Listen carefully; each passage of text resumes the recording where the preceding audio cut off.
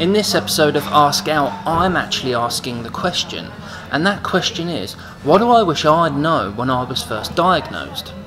When you consider that gluten is the one ingredient that's in more or less everything, there's a lot to learn. When you also consider that you will eat around friends' houses, family will cook for you, you're going to eat out in establishments like this, there's so much to learn. Your doctor, your dietitian, your nutritionalist is not going to tell you the things that I'm going to tell you. And it's not because they don't like you, it's because they might not be gluten-free themselves. So they don't understand all the things that you need to second guess and always have your guard up. So I hope these tips really help.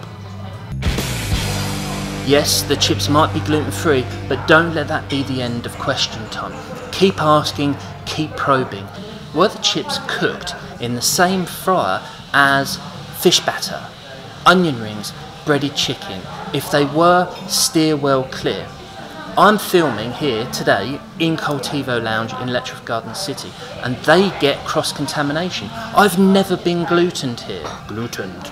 And that's because they understand, their staff understand. Find places like lounges who get cross-contamination. This is very similar to the chip scenario. You see, a lot of hotels, B&Bs and restaurants will give you gluten-free toast, but the problem is it still gluten-free when it ends up on your plate? Have they put the gluten-free bread in the same toaster as normal bread? Those little crumbs might look innocent to the kitchen staff, but to you it's absolute kryptonite. Hell, my girlfriend even glutened me in exactly the same way when we started going out. It's easily done, it's just as easily avoided. Don't be afraid to ask where it's being cooked. I absolutely hate myself when these words leave my mouth, but the truth of the matter is, it needs to be said sometimes. I know people think I'm a little bit controversial by calling those that are on a gluten-free diet for maybe lifestyle reasons free from fakers and gluten-free volunteers. I'm sorry if you're offended by that, but the thing is, your body will not tell you when you've eaten gluten. You won't know if your gluten-free burger has been toasted on the same grill as a glutinous burger. Your body will remind you very quickly that it's an allergy, not a choice. So don't be afraid to tell people. That's right, not everything GF is in the free from aisle. There are other things in the supermarket that are gluten-free, they're just not stocked in the free from aisle. A good example of this is pesto. Free from pesto is 3 times the price of normal pesto. But normal pesto doesn't have gluten in it. So if you need to avoid nuts and milk, then yes, you may need to buy the free from pesto. But my point is this, if you don't feel like you're forced into buying everything that's free from. Get label savvy, get ingredient savvy, don't feel monopolised by the free from aisle. Travelling can be a pain when you don't speak the local lingo. Add to that you're gluten free. How do you explain, I can't eat gluten, I can't eat wheat, I can't eat spelt, I can't eat barley? So instead of shouting gluten really slowly like a patronising tourist, get yourself some allergy cards. These handy cards are translated for the language you will need, and they don't just tell people that you're gluten free, they also suggest to the catering staff the types of food that you can't eat. Download them to your phone, print them out, hand it to the restaurant staff before ordering. Bon appetito. Go for a day out? 2 words. Paddington Bear.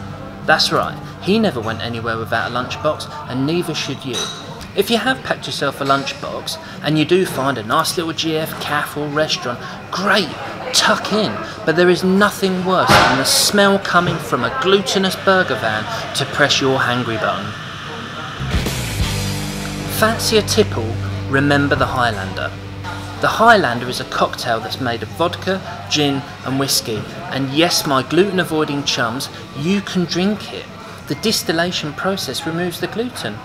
Bottoms up. Can I get you any condiments? Yes you can, just make sure they're gluten free. You see, anything that contains gluten has to have it on the label, but more often than not, in places when you eat out, you're not going to get to see the label. So here's what you need to know. Condiments are a minefield. Mustard, ketchup, vinegar, mayo. Many condiments include vinegar for taste or wheat flour to thicken them up, so never be afraid to ask the waiting staff for more information. Get yourself online. You're watching this video, which is a great start. Get yourself on Facebook, Twitter, Instagram, and follow as many gluten-free and celiac bloggers as possible. You see, bloggers like me, we're not affiliated with any brands, so we're going to tell you exactly what's hot and what's not. There are so many artisan bakeries and GF producers that just don't have the same marketing budgets as the big boys. So it's our mission to bring them to your attention, so make sure you get following as many people as possible. Here's just a few for you. And my last two tips are: 1, don't be afraid to ask. It's okay to be that person. And secondly, trust your gut. If in doubt, don't. Thanks very much.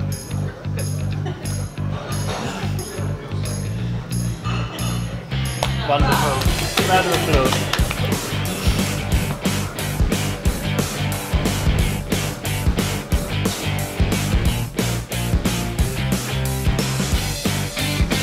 Fish batter, breaded onions. Breaded onions? There's no such thing as breaded onions. Might invent that. Où est la toilette? Thought not. Fancy a wee dram. Try the Highlander. That was a terrible Scottish accent.